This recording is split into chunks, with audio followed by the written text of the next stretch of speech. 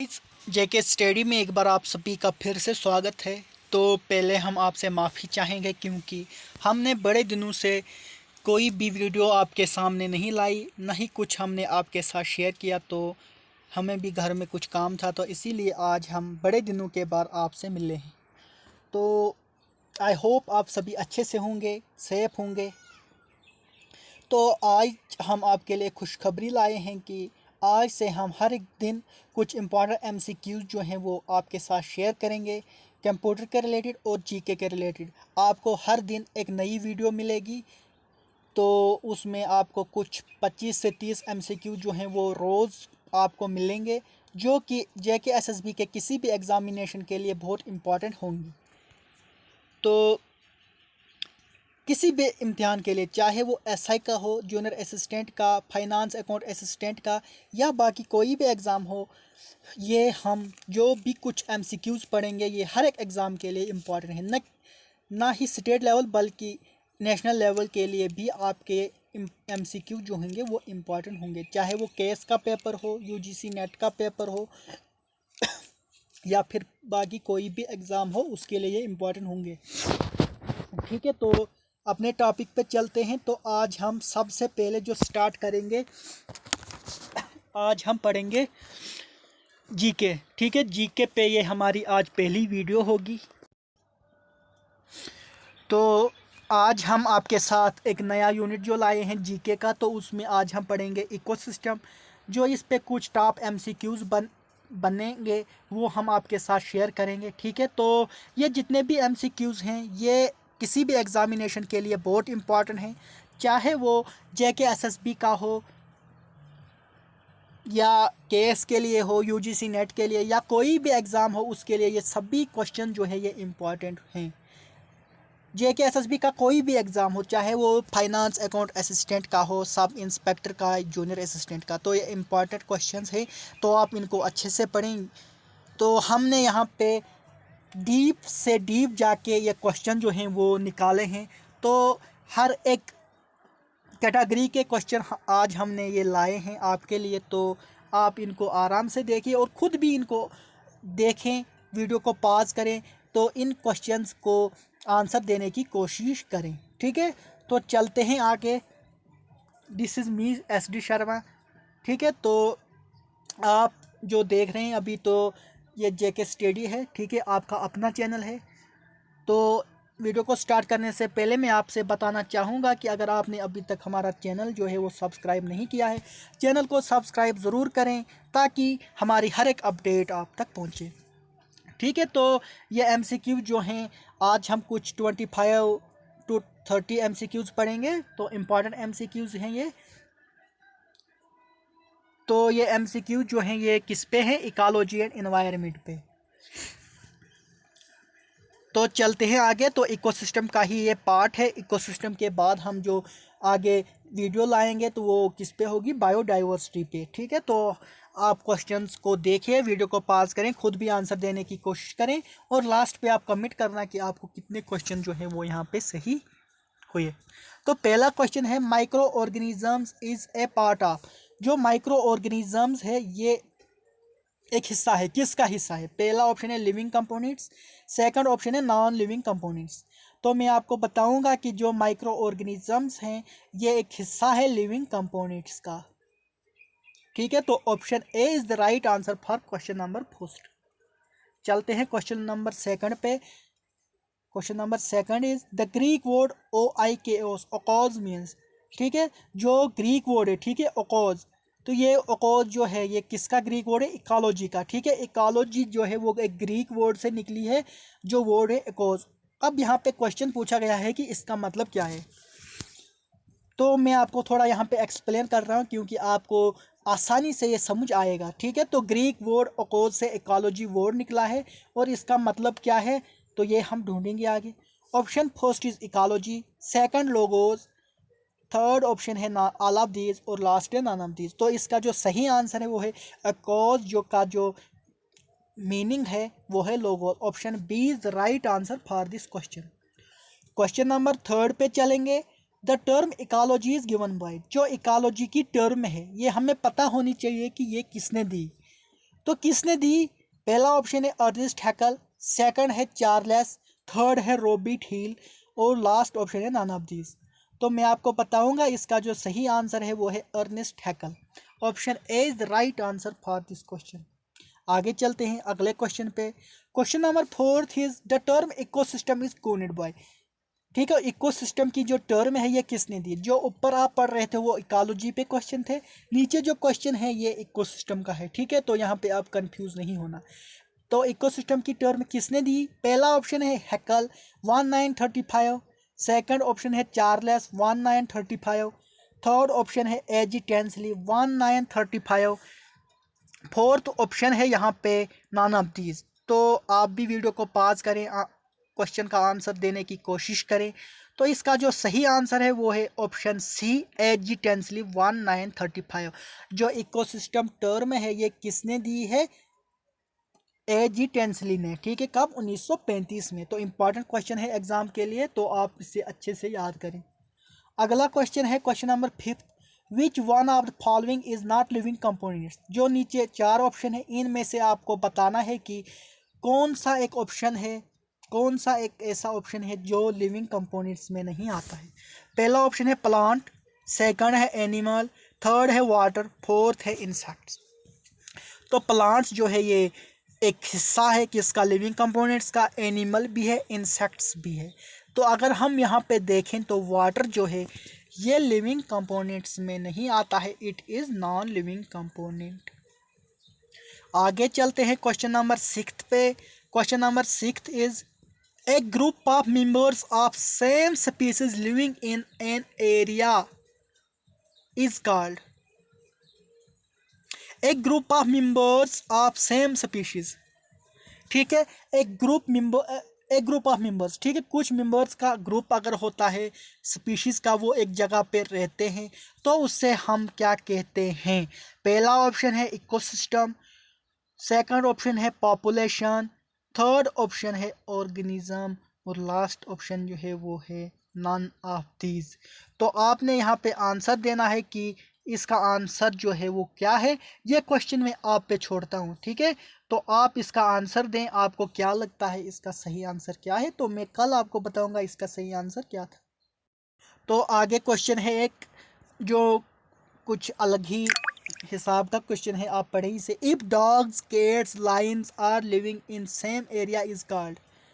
अगर कुत्ते भी, बिल्ली और शेर जो है वो एक ही एरिया में रहते हैं तो उसे हम क्या कहेंगे? कौन सा सिस्टम है ये? पहला ऑप्शन है पॉपुलेशन, हम इसे कहेंगे, या कम्युनिटीज़ कहेंगे, इकोसिस्टम कहेंगे, या नन ऑफ दीज। तो मैं आपको बताऊंगा इसको हम कम्युनिटी कहेंगे। Option B is the right answer for this question. अगले क्वेश्चन पे चलते हैं। Question number eighth. Abiotic components mean. जो एबायोटिक कंपोनेंट्स है इसका क्या मतलब है? लिविंग या नॉन लिविंग? तो ये आप सभी को पता होगा। Abiotic components mean non living components. ठीक है, तो आप सोच रहे होंगे ये इजी क्वेश्चन है, लेकिन जेके एसएसबी जो है वो इसी हिसाब के क्वेश्चन आपके साथ पूछेगा। ठीक है, तो घुमा फिरा के एसएसबी आपको पता ही है क्वेश्चन पूछता है, तो आप इनको अच्छे से देखें, समझें और याद रखें। आगे चलते हैं। Gases, soil and water. ठीक है, इज ए पार्ट ऑफ। ये किसका पार्ट है? पहला ऑप्शन है बायोटिक कंपोनेंट्स, सेकंड ऑप्शन है बायोटिक कंपोनेंट्स, थर्ड ऑप्शन है बोथ और लास्ट ऑप्शन है नॉन ऑफ दीज। तो ये जो है ग्रासेस, सॉयल, वाटर, ये जो एक पार्ट है ये किसका पार्ट है? गैसेस, सॉयल, वाटर, ये एक पार्ट है एबायोटिक कंपोनेंट्स का। ठीक है, तो क्योंकि ये नॉन लिविंग कंपोनेंट्स है इसलिए ये एबायोटिक कंपोनेंट्स में आता है। तो question number 10 is which one of the following is not a part of heterotrophics. ठीक है, तो इनमें से जो नीचे क्वेश्चन है इनमें से कौन सा एक पार्ट है जो हेटेरोट्रॉपिक्स में नहीं आता है? पहला ऑप्शन है फेगोट्रॉप्स, सेकंड है स्टेरोट्रॉप्स, थर्ड है डिट्रिटेरियस और लास्ट ऑप्शन है नॉन ऑल ऑफ दीज। तो मैं आपको बताऊंगा ये तीनों के तीनों जो हैं ये हेटेरोट्रॉप्स में नहीं आते हैं। तो इसका सही आंसर है option D is the right answer for this question. Question number 11 है, bacteria and fungi is a part of. जो बैक्टीरिया एंड फंगाई है ये किसका पार्ट है? पहला ऑप्शन है सेप्ट्रोट्रॉप सेप्रोट्रॉप्स, सेकंड है फेगोट्रॉप्स, और थर्ड ऑप्शन है डिट्राइवस, और लास्ट ऑप्शन है नॉन ऑफ दीज। तो मैं आपको बताऊंगा इसका जो सही आंसर है वो है option A, bacteria and fungi is a part of saprotrophs. ठीक है, तो यहाँ पे कुछ साफ दिखाई नहीं दे रहा है, हम देखेंगे अगर कुछ यहाँ पे समझ आया। तो यहाँ पे क्वेश्चन है, which one of the following types of heterotrophs are depend on other. इनमें से कौन सा एक टाइप है जो हेटेरोट्रॉप्स का जो दूसरों पे ही डिपेंड होता है? तो मैं आपको बताऊंगा, क्योंकि यहाँ पे आपको साफ नहीं दिखाई दे रहा है। तो डिट्राइटेरियस जो है ये दूसरों पे डिपेंड होता है। तो option A is the right answer for this question. यहाँ पे हम आगे चलेंगे। ठीक है, तो जो पीछे क्वेश्चन 3 बचे हैं वो मैं आपको दूसरी वीडियो में शेयर करूँगा। Question number 16 is the combination of air water land is called. जब हम कंबाइन करेंगे एयर को, वाटर को, लैंड को, तो उसे हम क्या कहेंगे?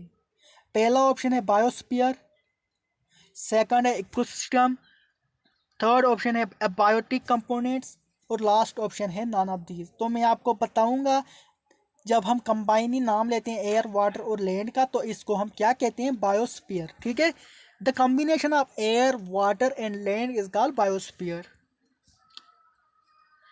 आगे चलते हैं, विच one of the following is the base of an ecosystem.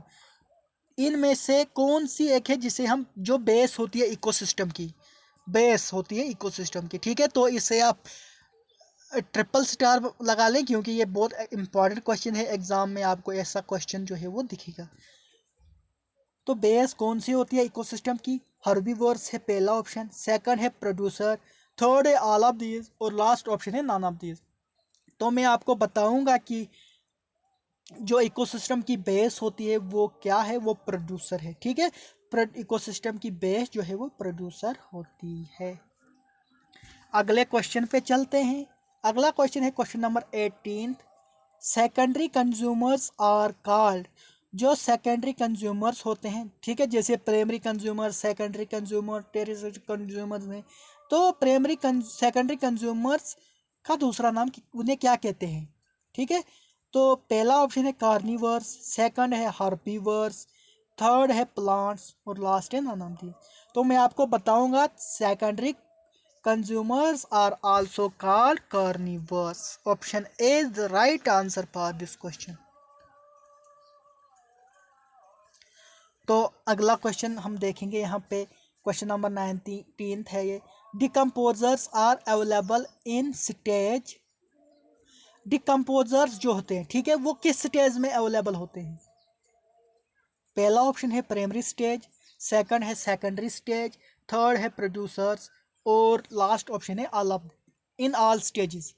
ठीक है, जो डिकम्पोजर्स होते हैं, यानी डिकम्पोजर्स हम उन्हें कहते हैं जो मुर्दे पे पड़ते हैं। ठीक है, यानी जैसे आप छोटे छोटे आप देखते होंगे जो मुर्दों पे जाते हैं, तो वो किस एक स्टेज में होते हैं, यही यहाँ पे पूछा गया है। ठीक है, तो जब हम बात करते हैं प्राइमरी स्टेज की, तो वहाँ पे हमें डिकम्पोजर जो हैं वो दिखाई देते हैं। सेकेंडरी स्टेज पे भी हम इन्हें पाते हैं, प्रोड्यूसर्स पे भी ये होते हैं, तो ये हर एक स्टेज में दिखाई देते हैं। तो इसलिए इसका जो सही आंसर है in all stages, decomposers are available in all stages. ठीक है, तो आगे चलते हैं, the plants convert solar energy into. जब सन की लाइट आती है जिसे हम सोलर एनर्जी कहते हैं, ठीक है, जो सबसे पहले आपको पता है वो प्लांट्स पे पड़ती है। तो जो वो सोलर एनर्जी है वो प्लांट्स इसे किस में कन्वर्ट करते हैं, यही यहाँ पे पूछा गया। The plants convert solar energy into, किस में कन्वर्ट करते हैं प्लांट्स सोलर एनर्जी को? तो आपको पता होगा कि सबसे पहले जो सन की लाइट आती है जिसे हम सोलर एनर्जी कहते हैं, वो प्लांट्स कैच करते हैं, क्योंकि इन्हें ही वो ताकत होती है इसे अडॉप्ट करने की। तो इसलिए ही प्लांट्स ही इसे कैच करते हैं, ठीक है। तो इसे ये प्लांट्स जो हैं ये सोलर एनर्जी को कन्वर्ट करते हैं किसमें, केमिकल एनर्जी में, ठीक है। Option A is the right answer for this question, क्योंकि सोलर एनर्जी में भी ये कन्वर्ट नहीं करते हैं, मैकेनिकल एनर्जी का तो सवाल ही नहीं है और नाना बीज तो नहीं है इसका आंसर। तो जो प्लांट्स है ये सोलर एनर्जी को कन्वर्ट करते हैं केमिकल एनर्जी में। आगे चलते हैं, question number 21, the follow of ecosystem is also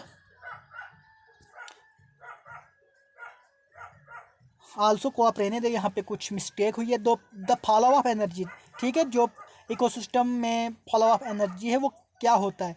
पहला ऑप्शन है यूनी डायरेक्शनल, सेकंड है डायरेक्शनल, थर्ड है ऑल ऑफ दीज या नन ऑफ दीज। तो जो फ्लो ऑफ एनर्जी होता है तो ये क्या होता है, यूनी डायरेक्शनल, ठीक है। तो इम्पॉर्टेंट है, आपको ऐसा क्वेश्चन एग्जाम में ज़रूर दिखेगा, इसको भी आप ट्रिपल स्टार लगा लें। तो the flow of energy is uni directional,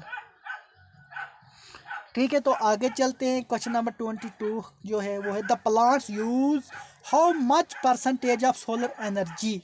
यहाँ पे आपसे पूछा गया है कि जब सोलर एनर्जी आती है वो प्लांट्स पे पड़ते हैं, तो इसका अगर आप माने कि 100% लाइट सोलर एनर्जी है वो प्लांट्स तक आती है, तो प्लांट्स कितना परसेंट इसका यूज़ करता है। पहला ऑप्शन है 10%, सेकंड है 12%, थर्ड है 20% या 15%। तो मैं आपको बताना चाहूँगा कि जब सन की लाइट जो है, सोलर एनर्जी जो है वो प्लांट्स तक आती है, तो वहाँ से तो पूरी लाइट आती है ना, जिसे हम 100% कहेंगे। लेकिन यहाँ पे जो 10% ही लाइट यहाँ पे प्लांट्स अब यूज़ करते हैं, ठीक है। तो 10% ही टोटल यहाँ पे यूज़ करते हैं। तो इम्पॉर्टेंट है आपके लिए यह क्वेश्चन, एग्ज़ाम में आपको ऐसा क्वेश्चन ज़रूर पूछा जाएगा, JK SSB की तरफ से या बाकी कोई भी एग्ज़ाम हो, केस का हो या बाकी स्टेट लेवल का कोई भी एग्ज़ाम हो। तो all questions are uploaded on our, ठीक है। तो अगर आपको इस वीडियो जो ये क्वेश्चन है इसका पीडीएफ फाइल भी आपको चाहिए तो आपको आसानी से मिलेगी, ठीक है। तो आप हमें मैसेज करें, हम आपको इसकी पीडीएफ फाइल भी ज़रूर देंगे। अगला क्वेश्चन है the grazing food chain starts from producer and ends at which level. Question पूछा गया है द ग्रेजिंग फूड चेन जो है ये स्टार्ट्स होती है कहाँ से, प्रोड्यूसर से। यहीं पे क्वेश्चन उन्होंने खुद ही लिखा है आधा की स्टार्ट होती है ये प्रोड्यूसर से, और पूछा गया है कि एंड कहाँ पे होती है ग्रेजिंग फूड चेन की, ठीक है। ग्रेजिंग फूड चेन की यहाँ पे बात हो रही है। तो पहला ऑप्शन है हर्बीवर्स, सेकंड है कार्निवर्स, थर्ड है टॉप कार्निवर्स और लास्ट ऑप्शन है नन ऑफ दीज। तो यहाँ पे ग्रेजिंग फूड चेन की बात हो रही है, तो बोल रही है कहाँ से स्टार्ट होती है, ठीक है। तो ग्रेजिंग फूड चेन की बात हो रही है, ये स्टार्ट होती है प्रोड्यूसर से, यहाँ पे लिखा है। तो एंड कहाँ पे होती है, कार्निवर्स पे, ठीक है। तो option B is right answer for this question. तो आगे चलते हैं, क्वेश्चन नंबर 24 जो है वो detritus food chain starts from. तो डिट्राइटस की जो फूड चेन है ये कहाँ से स्टार्ट होती है, यही हमें पूछा गया है। तो आपको पता है प्रोड्यूसर है पहला ऑप्शन, सेकंड है हर्बीवर्स, थर्ड है डेड एनिमल्स एंड प्लांट्स और लास्ट ऑप्शन है नन ऑफ दिस। तो इसका जो सही आंसर है वो है प्रोड्यूसर, ठीक है।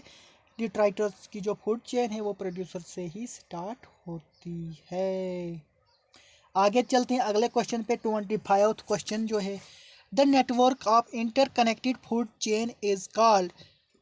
जो नेटवर्क होता है इंटरकनेक्टेड फूड चेन्स का उसे हम क्या कहते हैं, ठीक है। मतलब बहुत सारी फूड चेन जो है जो इंटरकनेक्ट है आपस में, तो उन्हें हम क्या कहते हैं। पहला ऑप्शन है लिंकेड फूड चेन, सेकंड है फूड वेब, थर्ड ऑप्शन है लिंकेड चेन, लास्ट ऑप्शन है नन ऑफ दीज। तो इसका जो सही आंसर है वो है food web. The network of interconnected food chain is called food web. Option B is the right answer for this question. आगे चलते हैं क्वेश्चन नंबर 26 पे। Question number 26 is primary productivity is related to. जो primary productivity है ये किसके related है, consumer है पहला ऑप्शन, सेकंड है प्रोड्यूसर, थर्ड है हर्बीवर्स, लास्ट ऑप्शन है ऑल ऑफ दीज। तो जो प्राइमरी प्रोडक्टिविटी है ये प्रोड्यूसर के रिलेटेड है। आगे चलते हैं। Secondary productivity is related to, जो सेकेंडरी प्रोडक्टिविटी है वो किसके रिलेटेड है? पहला ऑप्शन है प्रोड्यूसर, सेकंड है कंज्यूमर, थर्ड है कार्निवर्स और लास्ट है नन ऑफ दिस। तो इसका जो सही आंसर है वो है ऑप्शन बी कार्निवर्स। अगला क्वेश्चन है which one of the following is unit of primary productivity, GPP जिसे हम कहते हैं। तो कौन सा एक है जो यूनिट है प्राइमरी प्रोडक्टिविटी का? तो क्या है? KCL metre square. तो मैं आपको यहाँ पे बताऊंगा, आप इसे खुद देख लीजिएगा। तो इसका सही आंसर है ऑप्शन बी, ठीक है, KCAL/m² /एयर, ठीक है। तो option B is the right answer for this question. यह फार्मूला आपको वहाँ पे आ सकता है। अगला क्वेश्चन है ecosystem at lower attitude generally है। जो इकोसिस्टम होता है लोअर लेटीट्यूड्स पे तो वो क्या होता है? लोअर प्रोडक्टिविटी देता है, हायर प्रोडक्टिविटी यहाँ पे होती है, मीडियम प्रोडक्टिविटी होती है, या नॉन ऑफ दिस। तो मैं आपको बताऊंगा इकोसिस्टम की बात जब हम करते हैं तो इकोसिस्टम जो लोअर लेटीट्यूड्स का होता है वो वहाँ पे हायर प्रोडक्टिविटी होती है, ठीक है। तो जो हायर एटीट्यूड्स पे होती है वहाँ पे लोअर होती है, यहाँ पे उल्टा है क्वेश्चन। तो ऐसा क्वेश्चन आपको एग्जाम में ज़रूर दिखेगा, इस पे भी आप 3 स्टार लगा ले, ठीक है। इकोसिस्टम एट लोअर एटीट्यूड्स में generally have higher productivity, option B is the right answer for this question, ठीक है। तो आई होप आपको ये सारे के सारे क्वेश्चन जो है ये समझ आए, अच्छे से आए होंगे। ये मेरी पहली वीडियो है एमसीक्यूज़ की जीके पे, ठीक है। तो अगर आपको फिर भी कुछ समझने में दिक्कत आई है तो आप मैसेज करें, हम आपको वैसे ही पढ़ाएंगे जैसे आप चाहेंगे, जैसे आपको समझ आएगा। तब तक हमें कुछ फ़ायदा नहीं अगर आपको समझ नहीं आया, तो हमें कुछ फ़ायदा है क्योंकि हमने वीडियो ही लाई है आपको समझाने की। अगर आपको समझ ही नहीं आएगी तो फ़ायदा क्या है वीडियो बनाने का, ठीक है। तो आप वीडियो पे कमेंट करें,